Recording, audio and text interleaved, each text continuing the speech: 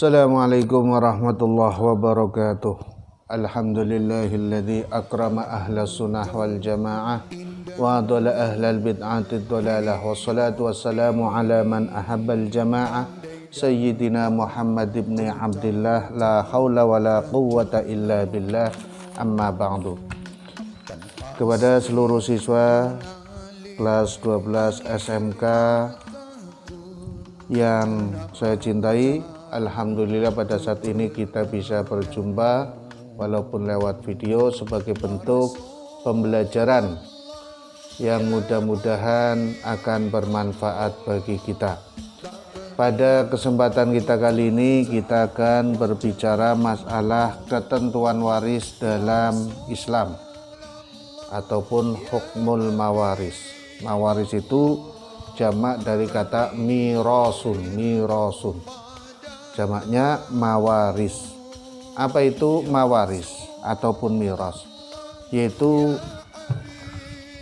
harta peninggalan dari si mayit, yang harta benda itu langsung menjadi hak dari ahli waris. Jadi kalau misalkan ada seseorang yang meninggal dunia, orang yang meninggal dunia itu mempunyai harta benda itu haknya ahli waris. Nah, ahli waris itu siapa? Tentu pertama yang dekat-dekat dulu, keluarga yang dekat, mulai dari anak, pasangannya, kemudian orang tuanya, kemudian baru melebar. Harta waris dalam Islam itu memang kalau kita lihat sepertinya itu tidak adil, karena memposisikan laki-laki mendapatkan lebih banyak daripada perempuan. Ini dilihat karena di dalam Islam tanggung jawab utama dari sebuah keluarga adalah laki-laki. Yang kedua, tujuan waris di dalam Islam adalah agar terjaga keluarga yang ditinggalkan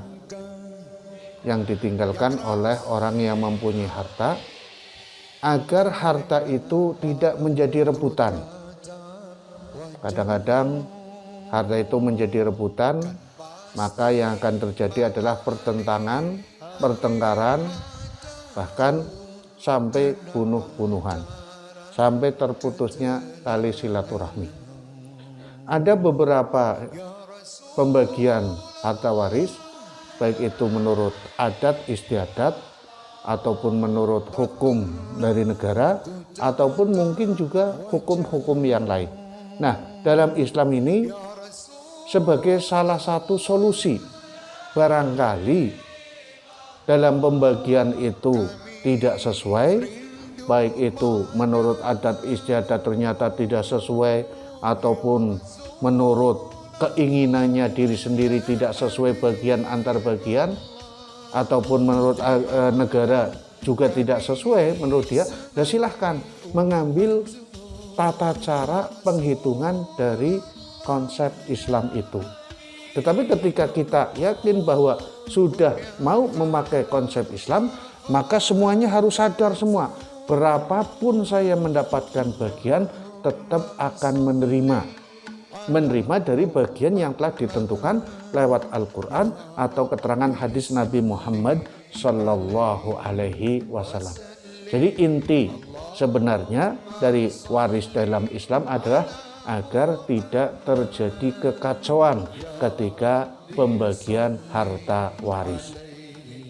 Jadi ini yang nanti akan kita pelajari, dan termasuk ini tujuan dari pembelajaran mawaris atau dalam Islam atau faraid dalam Islam untuk kalian semua sebagai siswa-siswi SMK.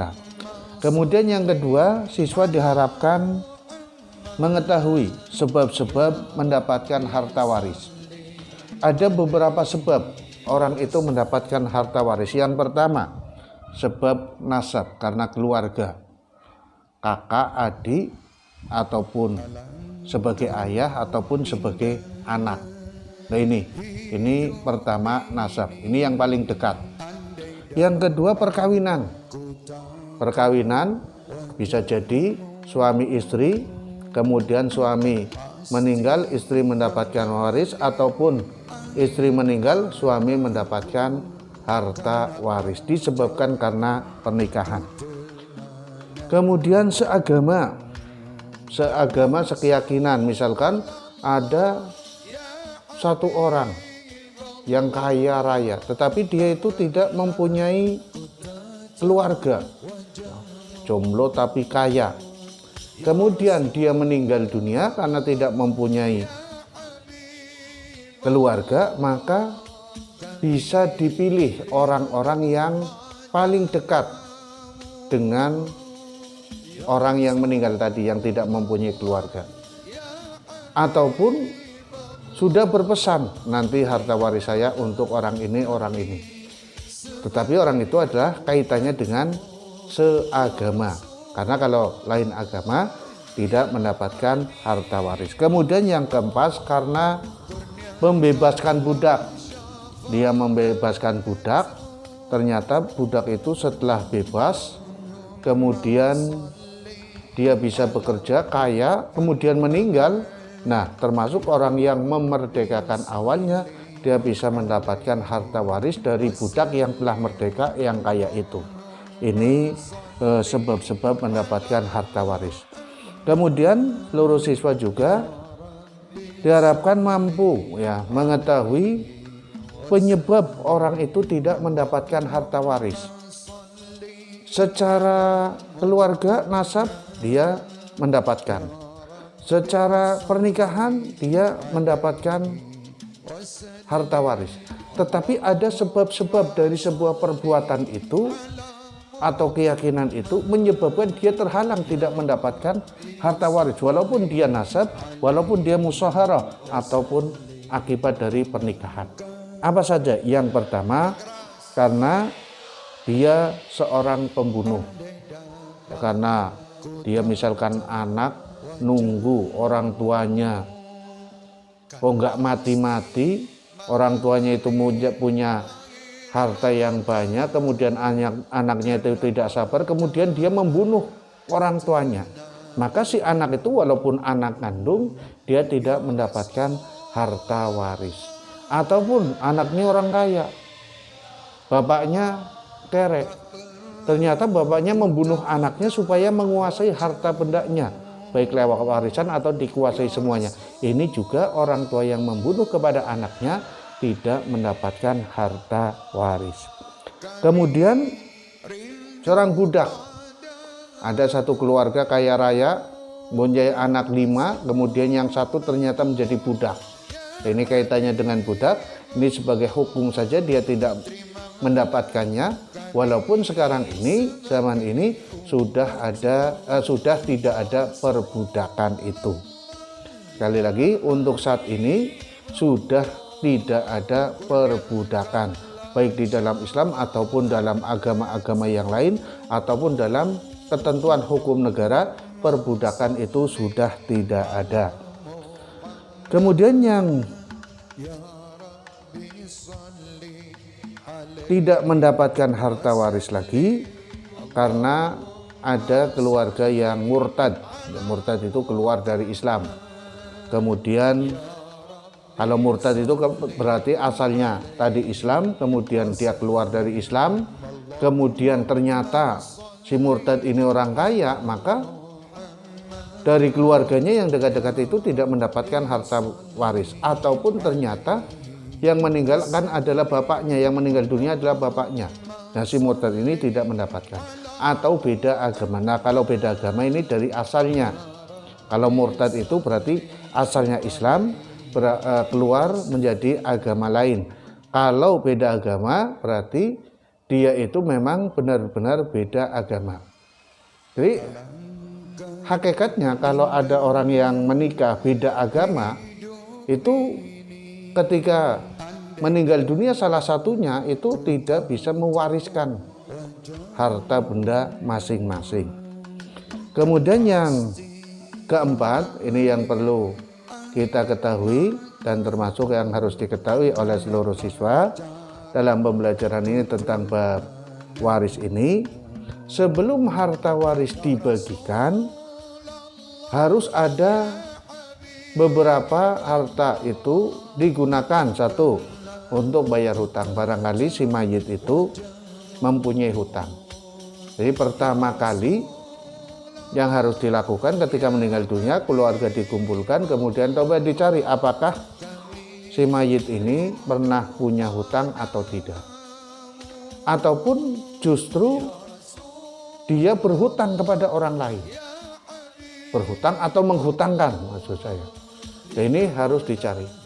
Maka kesunahannya itu biasanya sebelum ya dikuburkan, setelah sholat biasanya sebelum dikuburkan, ini dari pihak keluarga mengumumkan kepada masyarakat. Satu diantaranya minta maaf, barangkali ada kesalahan-kesalahan, kemudian barangkali ada yang kaitannya dengan hutang piutang dari si mayit itu. Ini hukumnya sunnah, karena termasuk penting. Karena Nabi Muhammad SAW pun pernah tidak mau mensolatkan seorang mayit ketika mayit itu mempunyai hutang. Kemudian harta itu digunakan untuk wasiat atau termasuk misalkan zakat, baik zakat fitrah ataupun zakat mal yang pada saat itu dia sudah berkewajiban untuk mengeluarkan zakat baik fitrah ataupun zakat mal, wasiat. Kemudian termasuk untuk pemulasaraan jenazahnya, untuk tajhiz ya, untuk memberi kain kafan, untuk tahlilan, untuk macam-macam itu digunakan yang kaitannya dengan si mayit. Kemudian yang kelima itu diusahakan ya seluruh siswa mengetahui ya ahli waris dari laki-laki itu siapa saja, ahli waris dari perempuan itu siapa saja.